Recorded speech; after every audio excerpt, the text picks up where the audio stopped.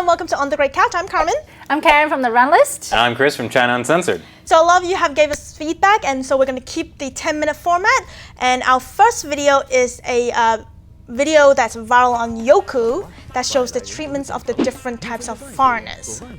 So the different types of foreigners, one is 外国人 and one is 外地人. So 外国人 is basically your typical white guy. 老外. 老外. From out of the country. Like this one. And 外地人 is basically, it's talking about Beijing though, like anyone outside of Beijing. I mean, China's huge, so yeah. So a lot of people come from outside of Beijing to go work there. There are about like 200,000 Laowais. You can't say Laowai because they both call them both Laowai. So 外国人, there's 200,000, and 外地人, there's 8 million of them. And basically, they're saying that in the video, they're saying that the 外国人 has supranational treatment. They get supranational. Supranational. They get very good, like they get to purchase a home. They have tax cuts. They get to go to Gaokao. They have education for the kids. Basically, like multiple children. Saying Chinese people are racist against themselves. Yes. Well, basically, they're saying in the video, they're saying that they are worshiping white people. Basically, the laws don't apply to us.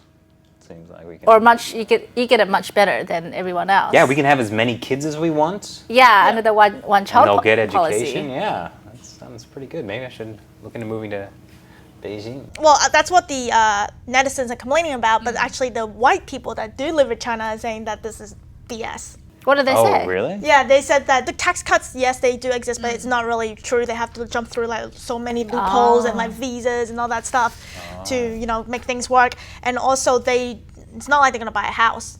They don't plan to live expensive. That's true. And also they get a lot of racist comments. Like what? Like if they go take a taxi, go to a restaurant, whatever, they have to pay a premium. I mean, white people have to be rich, so if you're white, then they'll charge you extra, right? They will see you, hey, because you're a white guy, they'll charge you extra. And they assume, you're getting all these cuts. It might not actually be true. And they hate you, basically. They said that in Beijing, it's hard to even hail a taxi.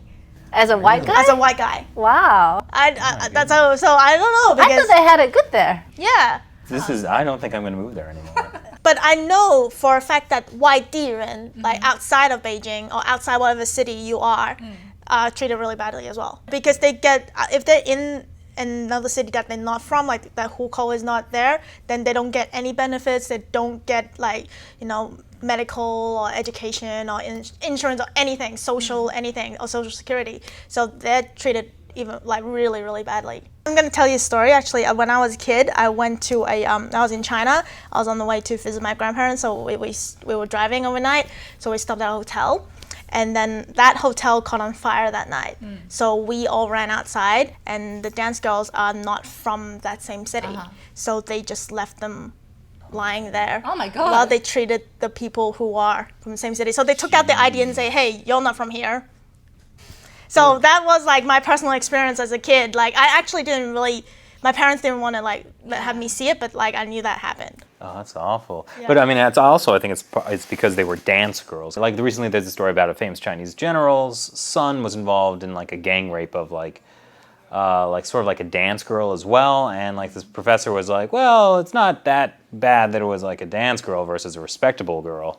Apparently because they react differently, because they're different women, which is complete bull. Yeah. But the thing is, this kind of makes me sad because it really teaches people to value human life differently based on who you are or where you're from, which shouldn't really be the case. Class-based thing. Yeah. Class-based, obviously skin color, where you're from, and where you're born, basically, because your hukou is where you're born and where your parents are born. If you're born in the country, then you cannot enjoy the benefits of a city folk. Yeah. I guess really the best thing to be in China is Xi Jinping, I guess. She's the man. Yes. Well, tell us what you think. Do you know any stories about, if 外国人 or 外地人 are treated differently? Give comments below. The next story is, it's also about different races. Hong Kong women apparently the most pessimistic compared to Taiwanese and mainland women. Would you call that a different race? Well, different. We would though. Like we would Chinese see them people as are different. so like racist. Taiwanese people are Taiwanese people, Chinese people are Chinese people, this is Cantonese gonna people are spark. Cantonese people. This is gonna spark another one of the Taiwan versus China things. Are we all human because beings? I grew up in Taiwan, and when people ask me if I'm Chinese, I'm always like, yeah, but I'm from Taiwan.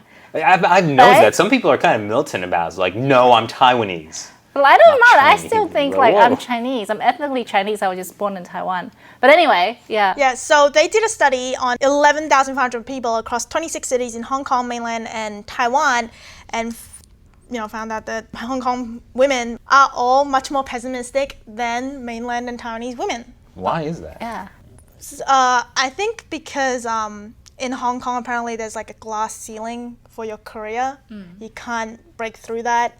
And a lot of them, they just want to go into certain fields. Whereas in mainland, apparently there's more opportunities for other areas. And in Taiwan, they don't care as much about careers. They're happy being moms at home. I don't know like who they interviewed though. Like in mainland, who they interview. That's true. Because like I'm pretty sure a lot of these girls are like factory workers. Yeah, or, like, it'll be hard for them. They don't go anywhere. They just stay in the factory their entire Probably life. not YD Ren. But maybe they're like resigned to the fact that they're going to be a factory girl, so they don't really have that high expectation, so they're not as depressed. Whereas maybe for Hong Kong women, they have that goal, but they feel like they can't get there. So don't aim high. Is that the lesson? Wow. Wow, you're pessimistic. Are you from Hong Kong? I was supposed to from Karen, Taiwan. am I rubbing off on you? Well, I don't know. Who did they interview? I'm really curious about that. It seems like This is a there could be some statistical bias in this report. Okay, this is a communications agency called Starcom Media Vest. So they basically do these researches to, see how to advertise to these women. But I do agree with you that I think there is less pressure for Taiwanese women to really be go-getters. Yes. They are happy, to settle into the family life once they have a child. So maybe. Actually, yeah. for me, growing up, even though my parents never pressure me, but I had a really high expectation for myself that even if I do have kids, I want to go back to work. I want to be working. I've always just wanted to be a mom. So I see that's the difference here. Okay.